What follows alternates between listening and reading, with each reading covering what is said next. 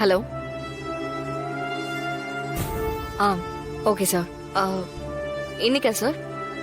Okay sir, நான் பாத்துக்கிறேன். Thank you.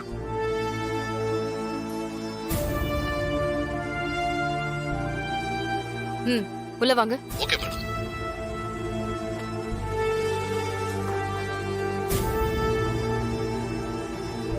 Madam, இன்னைக்கு அடுத்தடுத்து என்னென்ன மீட்டிங் இருக்கு? பார்த்து சொல்றேங்க மேடம். ஒரு நிமிஷம். இன்னைக்கு இருக்கிற எல்லா மீட்டிங்கையும் கேன்சல் பண்ணிருங்க மேடம். சிஎம் ஆபீஸ்ல இருந்து கால் வந்தது. முக்கியமான இன்வெஸ்டர்ஸ் எல்லாம் வராங்களாமா. இன்னைக்கு ஃபுல் டே அவங்க கூட பேச வேண்டியது இருக்கு. அந்த இன்வெஸ்ட்மெண்ட் நம்ம டிஸ்ட்ரிக்ட்க்கு ரொம்ப முக்கியமான ஒண்ணுன்னு சிஎம் சரே சொல்றாரு. அதனால ஒண்ணு பண்றீங்களா?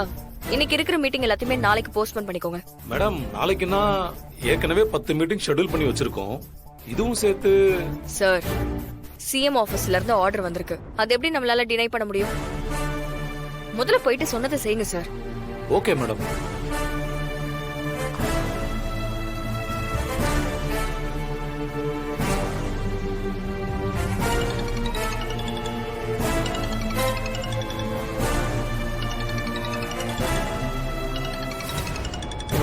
வீரா தான் போன் அடிக்குதா?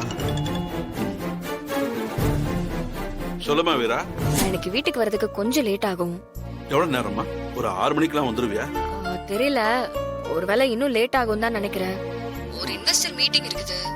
அத முடிச்சிட்டு சிஎம்க்கு நான் ரிப்போர்ட்டை சப்மிட் பண்ணிட்டு தான் வீட்டுக்கு வரணும். சோ டைம் சொல்ல முடியல. சரிம்மா, பத்திரம். சரிங்க மாமா.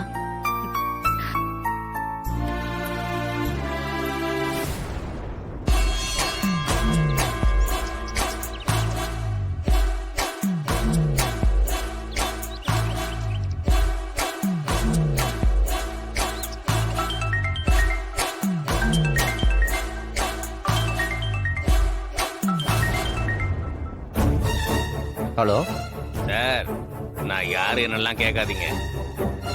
உங்க வீட்ல தங்கியிருக்காளே புஷ்பா, அவளை பத்தி நீங்க ஊரெல்லாம் விசாரிச்சுட்டு இருக்கீங்கல்ல? ஆமா. அவளை பத்தி எல்லா டீட்டெயில்ஸும் எனக்கு தெரியும் சார்.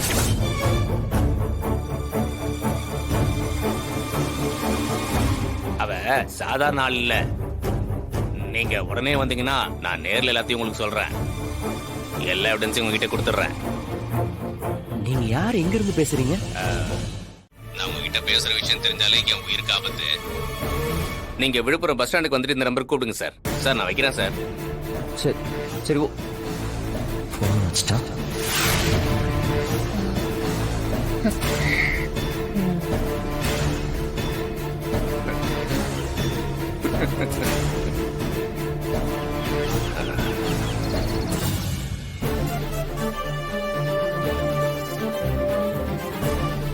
மாமா, எங்க கிளம்பிட்டீங்க?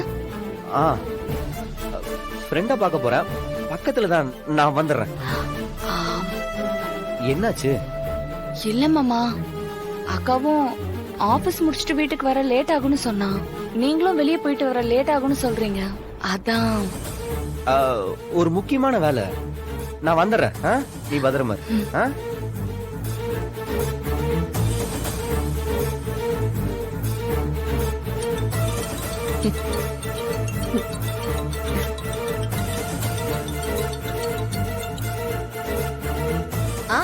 சொல்லுங்க ஆதி. நாம பேசின மாதிரி அந்த மாறனை டைவர்ட் பண்ணிட்டேன். விழுப்புரம் பஸ் ஸ்டாண்டுக்கு வந்துட்டு கால் பண்ணான்னா அவனை அங்கேயும் இங்கேயும் சுத்த விட்டு நைட்டு வீட்டுக்கு வர லேட் பண்ணிடுறேன்.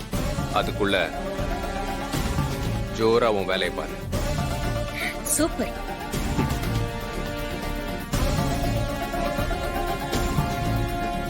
வீரா வரத்துக்கு நைட் ஆயிடும், மாற வரத்துக்கும் நைட் ஆயிடும். இடையில இவ்வளவு டைம் இருக்கு. வேலைய பக்காவா முடிச்சிடலாம்.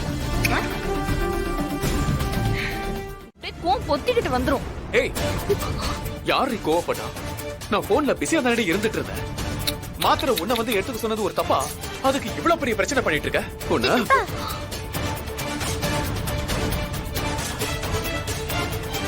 எதுக்கு இப்படி கத்துறீங்க? தம்பி பாப்பாவுக்கு இந்த மாதிரி சத்தம் கேட்டா பயமா இருக்கும்ல. தப்பு சித்தப்பா, சித்தி பாவம்ல. இங்க பாருங்க, கொஞ்ச நேரத்துல அழுகிற மாதிரி ஆயிட்டாங்க. நீங்க சித்தி திட்டிட்டே இருக்கிறதுனால இவங்க அழுமூஞ்சியோட இருந்தா பொறுக்க போற பாப்பாவும் அழுமூஞ்சியாவே இருக்குமா. வள்ளியம்மா சொன்னாங்க. வீட்ல யாருமே இல்ல, உடனே 2 பேரும் சண்டைக்கு நிக்கிறீங்க பாத்தீங்களா? தப்பு இல்ல இது.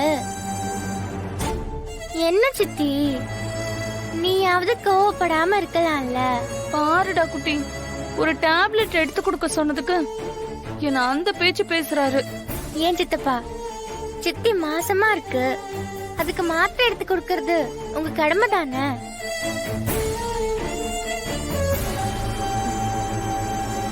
எங்க அம்மா மாசமா இருக்கும்போது எங்க அப்பா தான் எல்லாமே பண்ணுவாங்களாம்.